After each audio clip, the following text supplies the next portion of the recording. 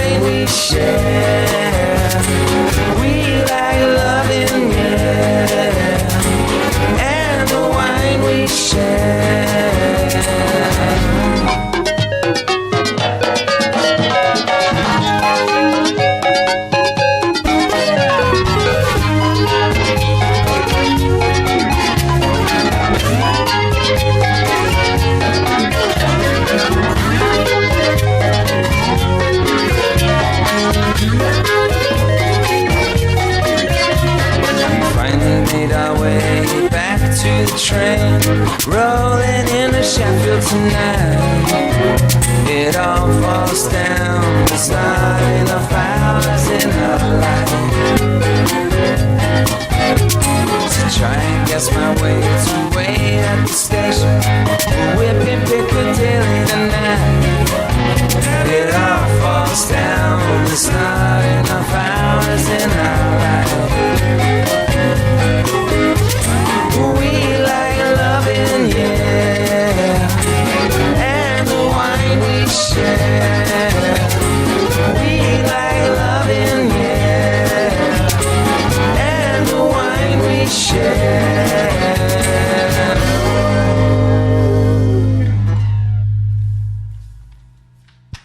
You're listening to Gomez live here in the KEXP studios. It's Gomez playing songs from Bring It On. The album turns 20 years old this year, and super fun to have you here today. Thanks a lot. I heard that song was inspired by a Beck show. Is that true? Yeah, so it was. We all sort of went on a day trip from Sheffield there. So Borley and Ben here were at uni in Sheffield. We all went over to their place, I think, and then we all rode a train over to Manchester to watch Beck play. I wasn't there. You weren't there. I wasn't even in the band at this point. Oh, yeah, Ben. So My wife was there. You had nothing to do with writing this song then. No, just the vibes. They just said, sing along on this. Yeah, sing along. Was that the That's Odelay tour? It was, yeah. The guy dancing like a lunatic was Beck, yeah. I think.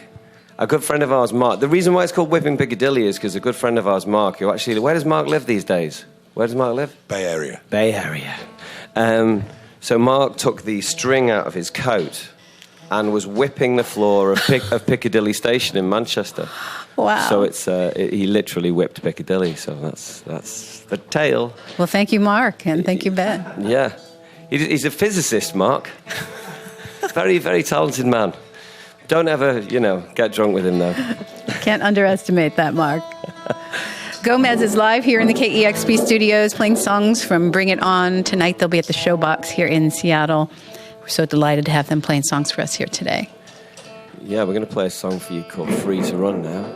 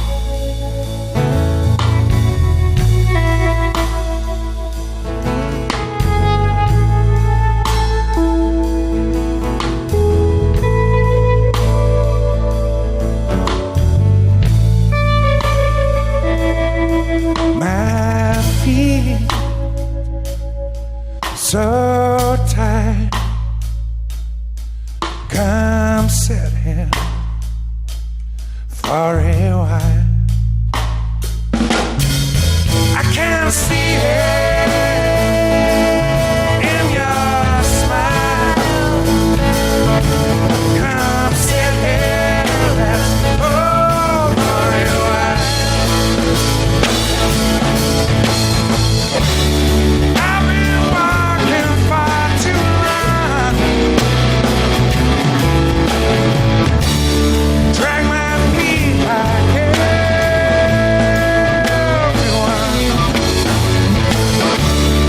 Always wanted to run.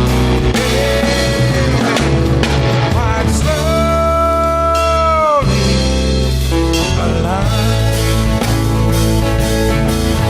Walk slowly along. I walk slowly.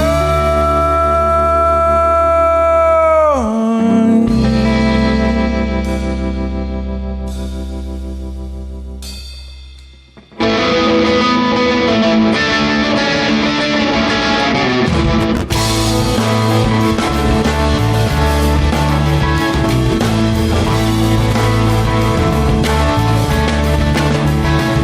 I'm free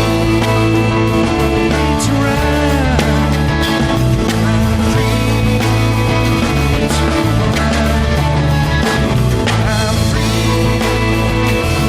to run. I'm free to run. I'm free.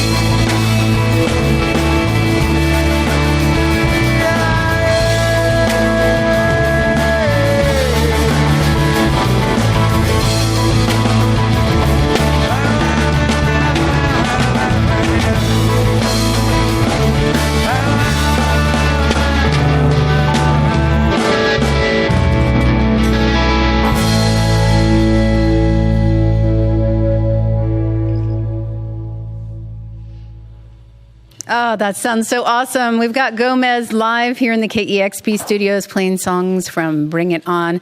Such a vibrant and diverse album. So much melody in there and just so much fun. And it's an understatement to say how excited the fans are that you are touring on this record. I heard some of the shows just sold out like in minutes. Yeah, Royal Albert Hall and stuff like that. Crazy things, really, you know. It just seems pure and about the love of music. The record's 20 years old and still so beloved. It must be so rewarding to know that you made something so lasting. Of course, you have many more albums of great music. And are you playing extra long sets for these shows, not just the album? Yeah, so we're not... I mean, I think we always tended to play a little longer than that. So, yeah, we play the album and then we play a bunch of other stuff from all the other records. Yeah, it's kind of, it's as you'd expect, really. We just get into it and play a bunch of stuff. It's hard, though, because everybody likes different songs. Every night I meet some fan who's like, why didn't you play? I was going to say, everybody's got a favorite Gomez song. It must be a little nuts, people yelling out songs. Yeah, so I think someone put a thing online saying, hey, we're playing the album, what other songs would you like us to play? And, but not you? Yeah, and so on Twitter and stuff we put this, and of course our fans then named every single Gomez song we'd ever written over the course of like 150 tweets. It was like, oh, wonderful. How long of a set would that be? More than 24 hours, well, maybe. We'll do a 3 or 4 night stand somewhere eventually, I'm sure. I'd like to be at that show. This award-winning album came out in April of 1998. Presumably you started writing it before that. Yeah, I mean, the first recordings are probably from around 1995. And they're recorded in Ollie's dad's garage and my mum's living room and in Bawley's parents' place with Bawley's old 4-track machine. In fact, most of the album was recorded on his 4-track, was it a Fostex? Was it a Fostex? 4-track? Fostex? Yeah, there wasn't really any idea that we were going to be a band or anything. It's just kind of what we did when we got together, was record music. And did you record this yourselves? Because nobody did that back then. Yeah. Now everybody records their own song and throws it up online, but that was not so heard of. Yeah, I guess we were at the vanguard of home recordists. Yeah. What do you remember about that time being in a band and working on that record? I mean, you were just kids. Yeah. I mean, we were just having a laugh. It was just, there was sort of a bigger group of friends and we'd all hang out together and we'd just slip off and go and record a song every now and again and then come back. And that's who we'd play the songs to. So we'd make the tapes and then just our friends would get copies. And that's sort of how accidentally it found its way into the world. And I just happened to have a friend who was connected in a certain way. And then before we knew it, everybody else had a copy of the tape. I feel like you were releasing music back then at a breakneck speed as well. Also something you don't see, just one album coming after another. Didn't Liquid Skin just come the very next year? Yeah. We didn't stop to think, did we? No, not really. But it's that classic kind of second album thing. You've got all the songs already. Yeah, that's true. That's that first wave. Gets a little tricky. It was kind of the same session, really. We just didn't stop. Yeah. They're two incredible records. You might remember that scene in High Fidelity where John Cusack says, "I can now sell 5 Beta Band albums." I had 2 friends that opened a record store, Sonic Boom, here in Seattle in 1997. They just did it on their credit cards. It was in a little old house down in Fremont. And just so that they could get a lunch break, I used to just sit in for an hour or so. And I used to do that with Bring It On. And then Liquid Skin, I'd be like, "I can now sell 5 copies of Bring It On." And that was what those records did for me back in then. That's very nice to hear, yeah. They're awesome. And I never didn't sell 5. I mean, those records they speak to people. And they still do 20 years later. I mean, that has to feel great. The music's timeless. It really does. I mean, particularly like the reactions you get live, and you see these people and what the songs mean to them, as well. It's weird. Ooh, you just gave me goosebumps. Yeah, it is. It's hard because we played these songs a lot and we kind of got tired of them after a while, but then sort of owning them again now, which is good. That's nice. Well, you talked about how many songs that you wrote, you could just put another record, and that reminds me of, you've done this big reissue now for the 20th anniversary. Yep. It's 5 discs. I heard, how many unreleased songs on there? 34, something like that. Crazy. 36, 34, I don't know, something like that. So Bawley went back to the old Fostex 4-track. And where did you find those tapes, Bawley? I found them in my dad's, they were in his attic or loft. Les's loft, and he found a whole bunch of tapes and sent them over to me, and it was interesting. It was interesting to hear that basically the master takes of the album was essentially the very first time we'd get to the end of the song. That was it. We didn't really stop to try and redo anything. It's like, which is the version, the one we finished? The one we finished is the one that we released. It's a good way of doing things. Yeah. We never really played live, so we didn't have that thing where you get an audience feedback like, they like that song, they don't. So, yeah, we just stuck with what we liked, I guess. Well, whatever you did, it worked. And, of course, you've been at it for a long time, a lot of life to be lived in between making music. For a while now, you all have been living all over the place, not together. Did you grow up together, or? Yeah, so 4 of us grew up in the same town. Ollie and he went to the same school. Me and Blackie went to the same school. Ollie grew up 2 doors down from me on the same street. I'm number 14, he's number 18. Wow. And then we all met Big Ben when we all went off to college. And he's from the Midlands. He's kind of it's like it's 4 sailors and a farmer, really. That's right. This band. Sasquatch. Sasquatch. That would have been a better name for the band. You'd fit right at home here in the Pacific Northwest. But now you're spread out all over the world, and it must be fun to get together. And oh, God, yeah. It's just been a ball, really. It's been a little bit too much fun, to be honest. I mean, look at the state of us. Yeah. I mean, we are behaving like teenagers every night. Well, we thank you so much for coming in. We've been longtime fans. We've been with you on this ride since the very beginning, and we appreciate your generosity all the times that you've played live for KEXP and for coming in today. And got a couple of, well, they're all favorites. Every song on this album is fantastic. So what 2 have you chosen to share with us? We're going to play 78 Stone Wobble and Tijuana Lady. All right. Take it away. Gomez live on KEXP. I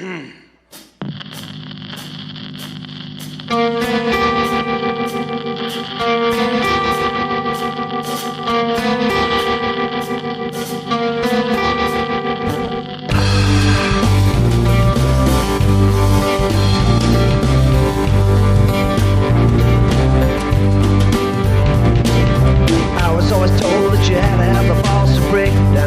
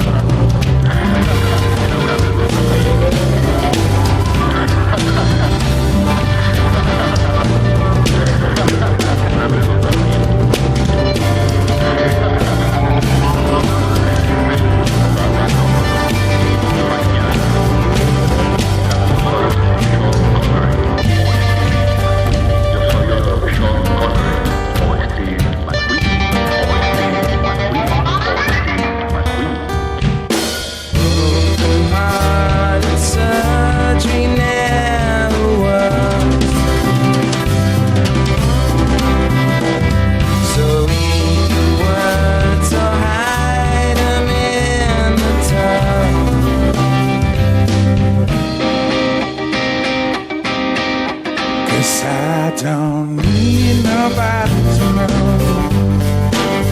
I don't want nobody to know. I don't see nobody to show me.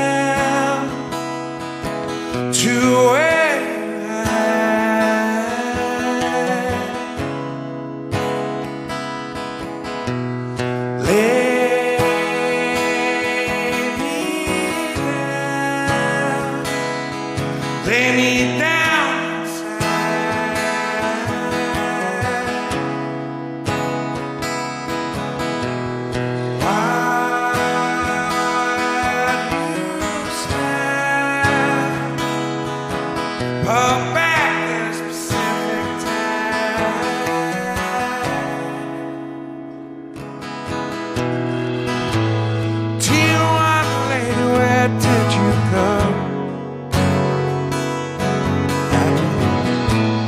Chasing you around old Mexico. Gonna find my way back to San Diego. Baby, where'd you hide?